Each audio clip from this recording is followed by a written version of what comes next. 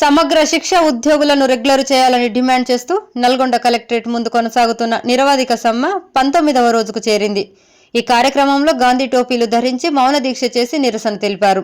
ఈ సందర్భంగా జిల్లా అధ్యక్ష కార్యదర్శులు ములుగురు కృష్ణ, బొమ్మగాని రాజు మాట్లాడుతూ గత 19 రోజులుగా సమ్మె ప్రభావంతో కస్తూర్బా గాంధీ విద్యాలయాల్లో చదువుతున్నటువంటి పేద పిల్లలకు విద్యా బోధన పూర్తిగా నిలిచిపోయిందని, అయినా కూడా నేటికి ప్రభుత్వం ఎలాంటి స్పందన లేకుండా మా యొక్క సమస్యలు పట్టించుకోకుండా నిమ్మకు నీరెత్తినట్లు ఉందని సమగ్ర శిక్ష ఉద్యోగుల ఆవేదన వ్యక్తం చేశారు.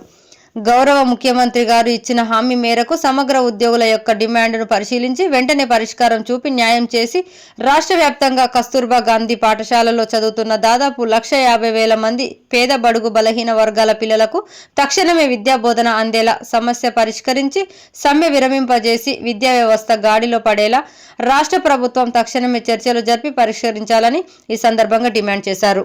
శాసన మండలి చైర్మన్ గుత్తా సుఖేందర్ రెడ్డి గారికి సమగ్ర శిక్ష ఉద్యోగులను ప్రభుత్వం దృష్టికి తీసుకెళ్లాలని కోరిన ఉద్యోగుల సంఘం. తెలంగాణ సమగ్ర శిక్ష ఉద్యోగుల సంఘం నల్గొండ జిల్లా అధ్యక్షులు ములుగురు కృష్ణ. మేము గత 20 రోజులుగా నిరవధిక సమ్మె కొనసాగిస్తూ ఉన్నాం. ఇప్పటికి కూడా ప్రభుత్వం స్పందించకపోవడం, మా న్యాయమైన డిమాండ్లను నెరవేర్చకపోవడం మాకు చాలా బాధాకరం.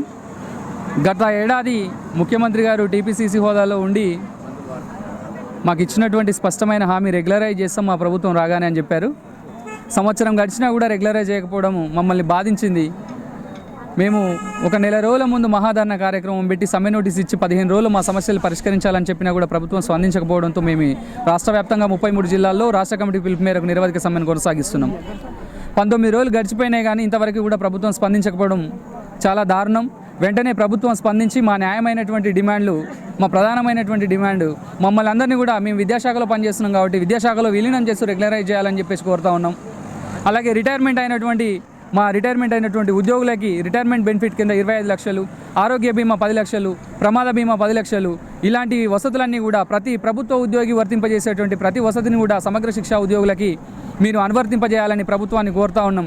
దయచేసి ప్రభుత్వం వెంటనే స్పందించి మా తెలంగాణ సమగ్ర శిక్షా ఉద్యోగుల సంఘం రాష్ట్ర నాయకత్వాన్ని పిలిపించి చర్చలు జరిపి మాకు న్యాయం చేయాలని, మా కుటుంబాల్లో వెలుగు నింపాలని ప్రభుత్వాన్ని కోరుతా ఉన్నాం.